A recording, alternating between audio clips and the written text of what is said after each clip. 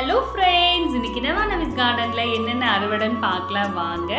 இது பொடுதலைங்க. மற்ற கீரைகள் மாதிரியே இதை சமைக்கலாம். எவ்வளோ பசுமையாக அழகாக இருக்குது பாருங்கள். பொடுகு எண்ணெய் காய்ச்சலாங்க, ரொம்ப நல்லது. இது பார்த்தீங்கன்னா ஒரு விதமான புளிச்ச கீரைங்க. செம்பருத்தி பூ எப்படி டீயெல்லாம் போட்டு பயன்படுத்துவோம், அதே மாதிரி இதையும் பயன்படுத்தலாங்க. அடுத்தது லாங் காராமணி கொஞ்சம் இருக்குங்க, அதையும் அறுவடை பண்ணிக்கலாம். இன்றைக்கி பல ரகம் கத்திரிக்காய், கோவக்காய், சிவப்பு முள்ளங்கின்ட்டு இருக்குது. எல்லாத்தையும் அறுவடை பண்ணிக்கலாம் வாங்க. கொஞ்சம் வெண்டைக்காவும் இருக்குங்க.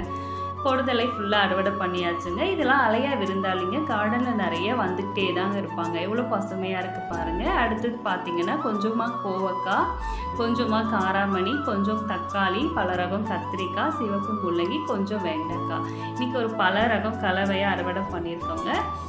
தேங்க்ஸ் ஃபார் வாட்சிங். நவானவி கார்டனை சப்ஸ்கிரைப் பண்ணுங்கள், லைக் பண்ணுங்கள், ஷேர் பண்ணுங்கள், கமெண்ட் பண்ணுங்கள். Thank you everyone.